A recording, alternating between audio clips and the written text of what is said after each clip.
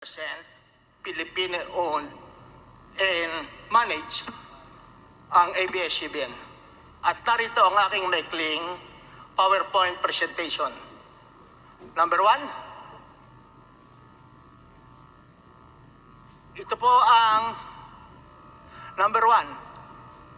Ang ABS-CBN, hindi naman natin pagtatalunan, ay isang telecommunications company. At base sa probisyon ng ating saligang batas, particularly Section 11 of Article 16, pati na Section 14 ng Foreign Investments at pati na Section 2 ng Presidential Decree 1080, kinakailangan ABS-CBN Corporation must be 100% owned and managed by Filipinos. Inuulit ko po, 100% not only the management, but also the ownership. Sumunod po, next number please. Katulad ng isang ordinaryong korporasyon, alam po to ng ating Vice Chairman Defensor, para magkaroon ng equity o capital o pera ang isang korporasyon, kinakailangang mag-issue ng shares of stocks. At pag nag-issue to ng shares of stock, mayroong magsusubscribe, mayroong magbabayad sa shares of stock ng ABS-CBN Corporation. Number 3, ang shares of stock ng ABS Network Corporation, pangkaraniwan ang bumibili ay ang Lopez Group of Companies. Lopez Holdings, Lopez Incorporated, etc. At sa kanilang pagbili, nililinaw natin na sa accounting procedure, nagbabayad ang Lopez Group of Companies para sa konsiderasyon ng shares of stock na kanilang kinuha at yun namang binabayad nila na papapunta sa equity ng ABS-CBN. Next number please.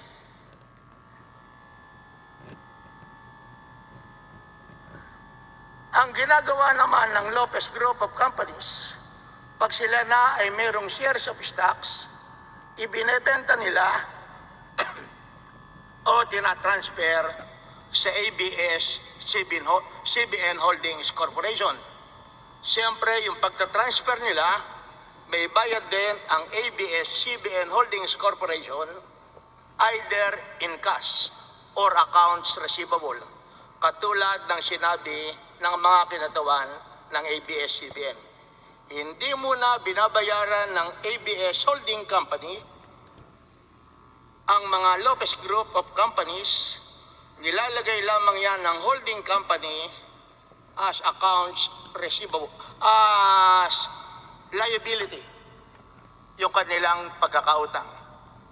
Pagkatapos, ang gagawin naman ng ABS-CBN Holdings Corporation, magkakaroon sila ng security agent, mostly foreign corporations. At ang gagawin naman ng mga security agents ay maghanap ng investor para sa PDR na i-issue ng ABS-CBN Holdings Corporation. Next number please.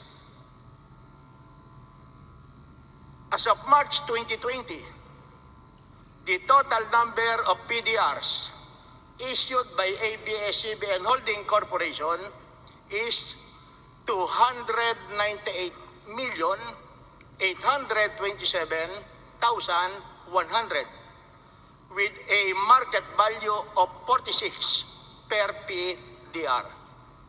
At ang computation, Filipino PDR holders, 111,761,335 PDRs, 46 pesos, representing 37.4%, at ang total value ay 5,141,021,410 pesos. At yun namang PDRs na ang nag-invest ay mga foreign nationals, umabot to sa 187,065,000 765 PDRs, and at the rate of 46 pesos for every PDR, ang total value ng PDR na nasa kamay ng foreign nationals ay umabot ng 8 billion 605 million 25,190 pesos, representing 62.6%. Itong lahat ng figures na to, number and amount, ay binigay ng Corporate Secretary ng ABS-CBN doon sa huling hearing natin last Thursday. At nais ko ring banggitin na ang lahat ng PDR ay mayroong underlying share na isang common share belonging to ABS-CBN Holdings, at yung one share ay nanggaling sa ABS-CBN Corporation. Kasi nakalagay naman dito, sa Philippine Deposit Receipt Certificate issued by ABS-CBN Holdings Corporation, this certifies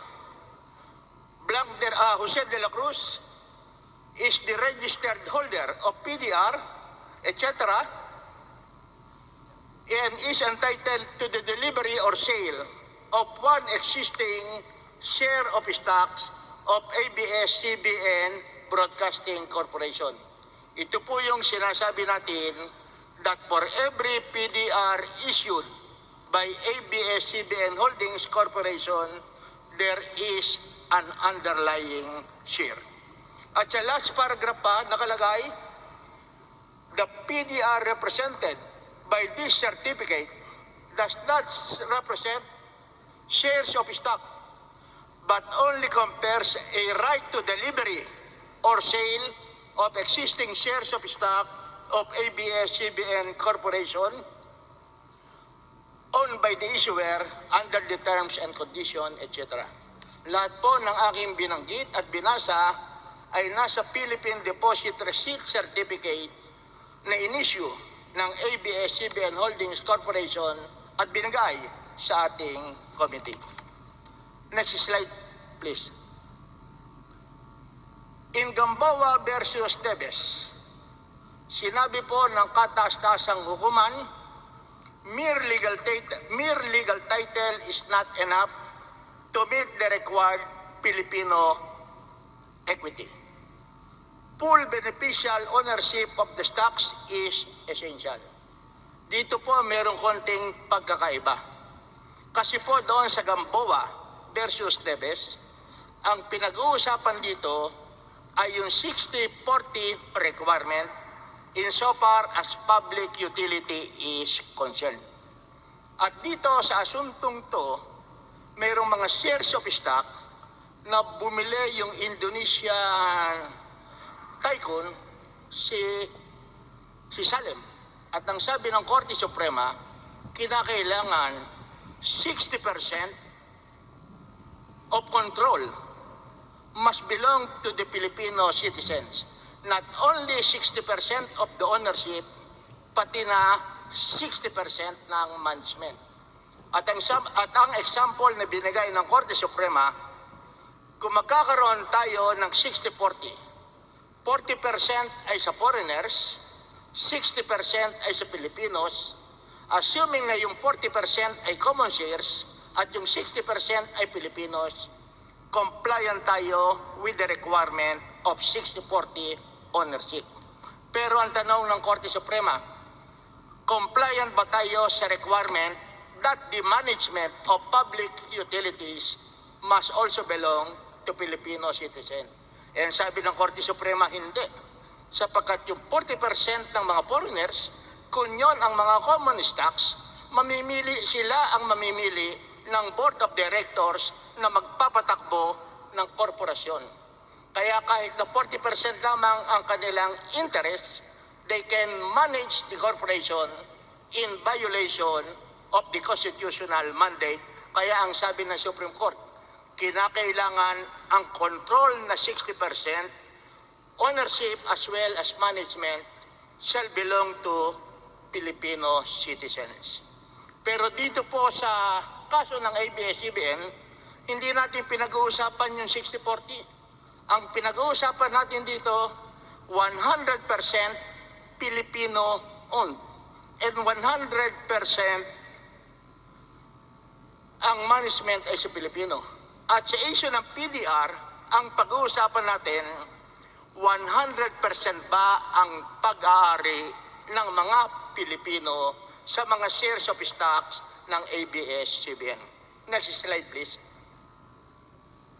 Based on Roman law, and even under the provisions of the Civil Code, full beneficial ownership means that the owner of a thing, real or personal property, has the benefits or the rights of being the owner, including the right to enjoy, right to possess, right to dispose, and right to the fruits. Ito po ang karapatan kung ang isang tao ay mayroong pag-aari ng isang bagay. Mayroon siyang karapatan to enjoy. Mayroon siyang karapatan na ipagbili o ibigay ang kanyang pag-aari. At kung mayroong kinikita yung kanyang property, sa kanya yon sapagkat siya ang may-ari ng ari-arian. Ito ang sinasabi ng Korte Suprema, mere legal title is not enough. Full beneficial ownership must belong to the owner. At para natin siguro malinawan, magbigay tayo ng example. Si Juan de la Cruz, may-ari siya ng isang bahay at lupa. Pwede siyang manirahan sa kanyang bahay at lupa. Nagkaroon ng COVID pandemic, nawalan siya ng trabaho, nawalan ng pera, pwede niyang ibenta yung kanyang bahay at lupa because he has the right to dispose of his property. At kung sakasakali namang hindi niya ibebenta at hindi niya titirhan at iparerenta niya, there will be a lease contract at yung rental ay kay Juan de la Cruz mapapapunta because he is the owner, he is entitled to the fruits of the thing which he own. Kaya yun po ang ating tinatanong. Number 8, please. While the legal title to the PDRs are in the name of ABS-CBN Holding Corporation, the holding company does not have the full benefits of ownership or the right of an owner over the shares of stock underlying every PDR. Wala pong full beneficial ownership ang holding company doon sa mga PDR underlying the PDRs issued to foreign national. Number 1, they are not in possession of the same. At alam naman natin, when it comes to possession, it might be physical possession, it might be constructive possession, it might be legal possession. At dito, ang possession ay nasa legally Philippine Central Depository. Number 2, ABS-CBN Holding Company, although the legal title over the shares of stocks is in the name of the holding company cannot dispose of the shares of stock because it is the pledge, because it is a security to every PDR issued to foreign national. At pangatlo, kahit na ang may-ari ng PDR ay ang ABS-CBN Holdings Corporation, kung anuman ang kahit na ang ABS-CBN Holding Corporation ang may-ari ng shares of stocks ng ABS-CBN, nonetheless, yung holding company, they will not be entitled to the fruits. Kung mag-declare ng cash dividend ang ABS-CBN, a portion of the cash dividend will go to the PDR, to the holder, to the foreign national who is the holder of the PDR. Halimbawa, mag-declare ang ABS-CBN ng cash dividend sa lahat ng stockholder ng ABS-CBN na mayroong share of stock, the cash dividend is 3 pesos. Sa agreement ng PDR holder at saka ng ABS-CBN Holding Company, yung 3 piso hindi mapapapunta sa owner of the stock, the ABS-CBN Holding Company. Ang mapapupunta lamang sa ABS-CBN Holding Company ay yung kanilang gastos for their operation plus the taxes to be paid, and the remainder will go to the foreign national who is the owner of the PDR. Sa madaling sabi, we assume na piso ang nagastos ng holding company, ng ABS-CBN Holdings Corporation for their operation plus taxes. 2 piso ang mapapabigay sa foreign national who is the holder of the PDR. In which case, yung beneficial ownership, that the right of the registered owner, ABS-CBN Holdings, to be entitled to the fruits of the income of his property is absent. Kasi pumupunta sa foreign national.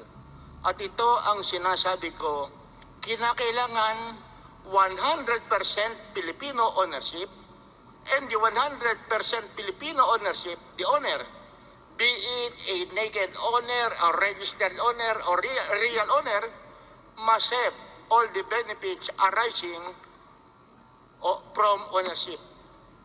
Right to dispose, right to the income, right to the enjoy. Next slide, please. On its face, it would appear that ABS-CBN Broadcasting Corporation did not directly violate the constitutional provision regarding the 100% Filipino ownership. Sasabihin ng ABS-CBN Network Corporation, hindi namin nilabag ang saligang batas. Ang lahat ng aming stockholders ay mga Filipino citizens, Lopez Company, etc. But through that scheme of the so-called intricate corporate layering, indirectly, binayolate ng ABS-CBN ang constitutional provision. Inisyu nila ang mga shares of stocks sa Lopez Group of Companies, another set of corporations. Ang ginawa ng Lopez Group of Companies, ibinenta naman sa holding company, at ito namang holding company, kumuha ng investment sa mga foreigners. At ito ang sinasabi nating indirect violation of what is directly prohibited under the Constitution. Kasi pinaliwanag ko na, cash dividend pupunta sa PDR foreign holder, yung shares of stock underlying the PDR issued to a foreign holder cannot be sold or transferred by the holding company. Next slide, please. ABS-CBN Holdings Corporation, through this scheme and by means of corporate layering, violated 100% Filipino ownership mandated by the Constitution. Ano po ang mga layers ng corporation? The first will be ABS-CBN as the issuer of the shares of stocks. The second layer will be the Lopez Group of Companies na bumili ng mga shares of stocks sa ABS-CBN network. And the third group of corporation would be ABS-CBN Holdings Corporation. These are the 3 layers of different corporations, and under our corporation law, a corporation has a juridical personality separate and distinct from another corporation, even though the stockholders are the same.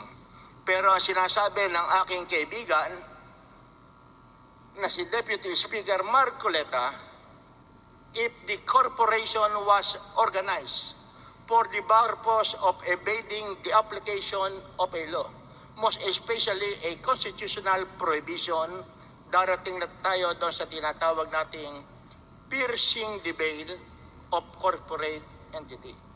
Aalisin na natin o ipapakita na natin yung belo ng corporate fiction.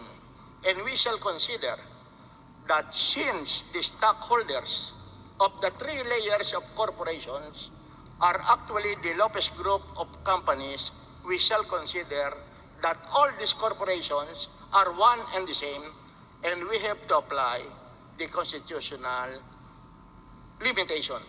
At ito po ang aking posisyon dito sa pinagtatalunan natin whether or not ABS-CBN Corporation has violated the constitutional provisions. And of course, admitted natin, walang jurisprudence in so far as the issue is concerned. But I know that we have the case of Rappler pending before the Supreme Court. We have the co-warrant of petition filed by the Office of the Solicitor General, and hopefully in the next future, in the near future, we shall be having a pronouncement on this regard. Pero dito naman sa Kongreso, pinag-uusapan natin, mayroon na bang violation? Binayolate ba ng ABS-CBN? And therefore, in the process of determining whether there is a violation of not under the Constitution, tayo po ang magpapasya muna. Marami pong salamat. Maraming salamat.